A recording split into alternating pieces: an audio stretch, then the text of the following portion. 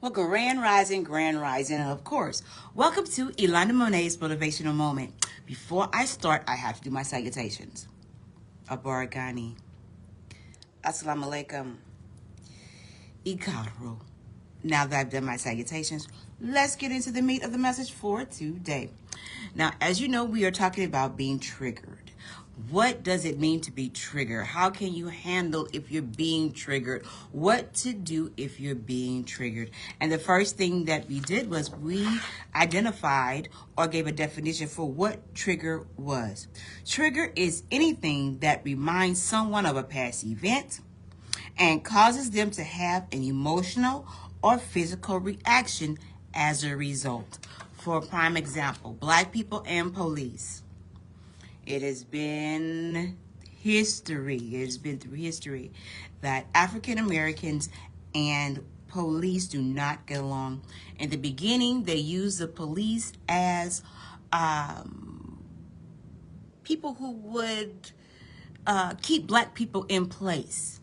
And white people would use the police to weaponize their plight.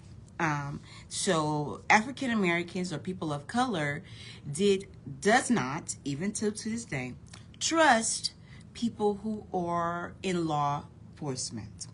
We do not trust judges. We do not trust doctors. Why do we not trust doctors? Because of all the experiments they have completed on African Americans without our knowledge.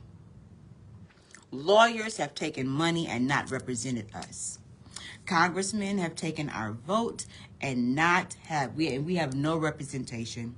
So that's why some of us are triggered by different forms of enforcement, and some of us some of us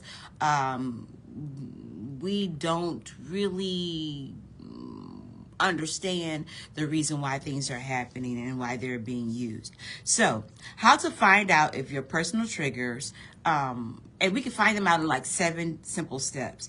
And we're going to talk about how to strengthen your mental health. Number 1, and as we have already said before, what is a trigger? Number 1, you have to maintain a journal of your personal triggers. Write down the things that make you angry, make you feel a little out of character. A trigger journal is a powerful tool for identifying personal triggers. It involves regularly recording situations, emotions, and reactions to understanding better what sets you off or what sets off your emotional responses. Keeping a detailed journal allows you to track patterns and identify recurring triggers over time. This practice can be incredibly revealing and therapeutic. To set up a trigger journal, start by noting down any situation that causes you strong emotional reactions, including details about the environment, people involved, and your thoughts and feelings at the time. Reviewing these entries regularly can help you spot patterns and gain insight into your emotional triggers. Over time, this habit can lead to a deeper understanding of your emotional landscape. In addition to writing about your experiences, consider reflecting on how your body feels during these moments. Physical sensations can provide additional clues about your triggers. By combining these observations, you can create a comprehensive picture of what affects your emotional state. This holistic approach can be particularly effective in managing your triggers. Now, this I just started doing because I've learned something about me. I don't like not being heard. I talk all the time, true. But when I feel that I'm not being heard, really gets to me. And it makes me act in such a way that you're going to hear me. Not to say that's the best thing to do, but for me right now, I hate not being heard. I hate having to repeat myself over and over again just to be shoved off. And then, I just hate repeating myself. Step 2, notice patterns of emotional responses. Observing patterns in your emotional responses is a key to identifying triggers. Regular reflection of your emotions can reveal consistent reactions to specific situations, helping you understand what causes these feelings. These steps require patience and willingness to explore your emotional history. Consider using mode tracking apps or regularly reflecting on your emotional state. By documenting your emotions and revealing or reviewing them periodically, you can identify trends and collaboration between certain emotions and the emotional responses. This awareness can be instrumental in managing your mental health. The more data you collect, the clearer patterns will become. Take each day to note your mood and your significant events that occur. Over weeks and months, these notes will reveal surprising insights. Now you must discover what certain days of the week or specific types of interactions consistently affect your mood. Armed with this knowledge, you can step into lessening your triggers. Number 3, behavior. Be mindful of mood changes in your behavior. Changes in mood or behavior can signal underlying triggers. Being mindful and paying attention to these changes can help you to identify what causes your emotional triggers or emotional frustrations. These mindful requirements are a continuous effort to stay present and aware in your feelings. Practice mindfulness techniques such as meditations and regularly self-check ins to stay tuned into your emotions. Setting reminders to pause and to reflect on your moods throughout the day can help you notice subtle changes and identify potential triggers more effectively.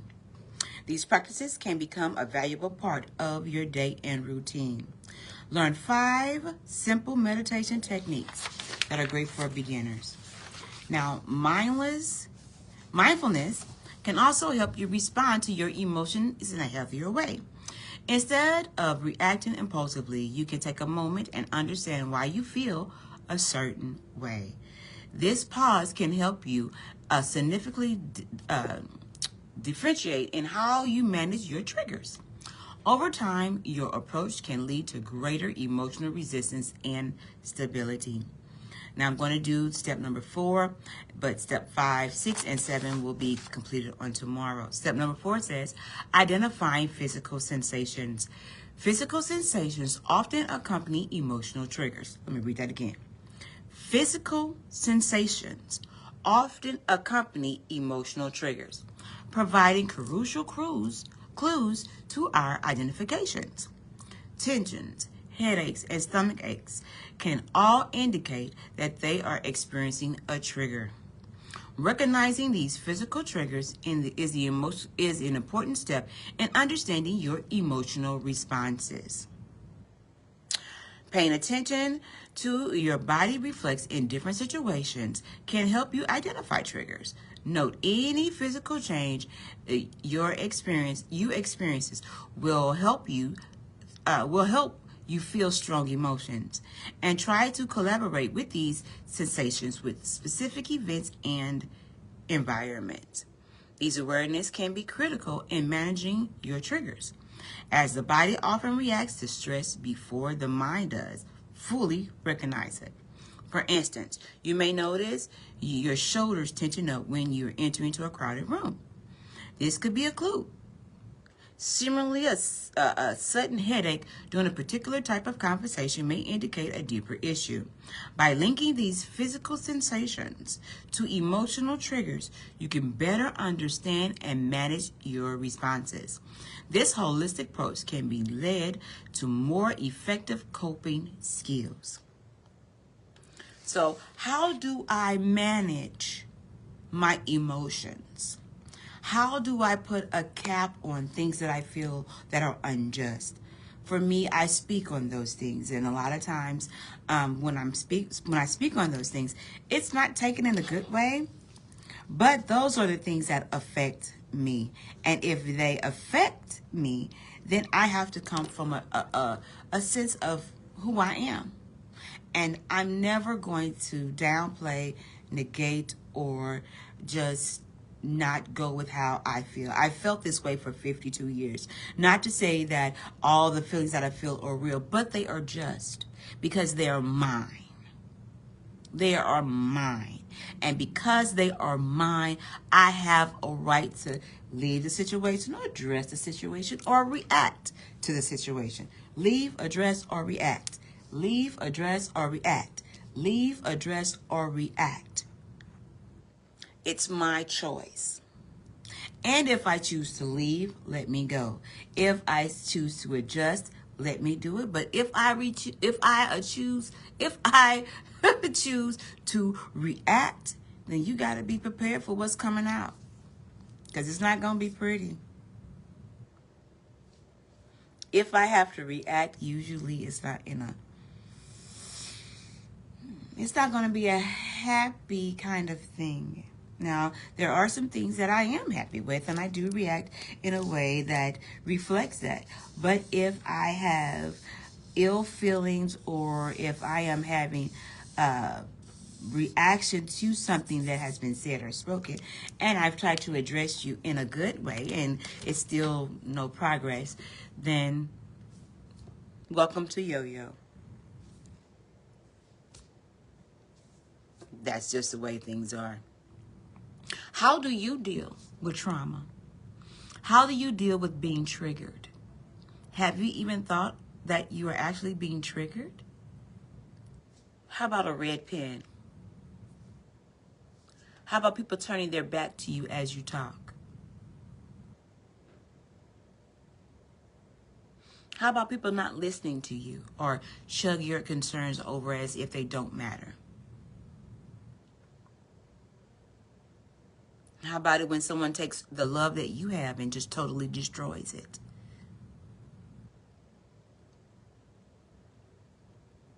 What is it that you feel passionate about that someone has overlooked as if it were nothing? Take time to revisit those things. Write them down. This is how I felt when, and actually when you were talking to someone that has offended you, it is always best to say, this is how I felt when this happened. This is how I felt when you said this. This is how I felt. This is how I saw. This is how I perceived the situation when it was brought to me. Because inevitably, it's always about how you feel about the situation, how you feel and interpret it, and how you transform all those things into what you have now ready and moving. So with that being said, guys, you can always go to my YouTube page, Elonda Monet Hatter. Check my YouTube pages out. Black History moments, plantation moments, here and now moments, loving yourself moments. All those things are on my YouTube page. Click like and share. Click like and share. Check me out. I love you, but God loves you more. And remember, I'll see you at the top, because the bottom, it's way too crowded. Peace.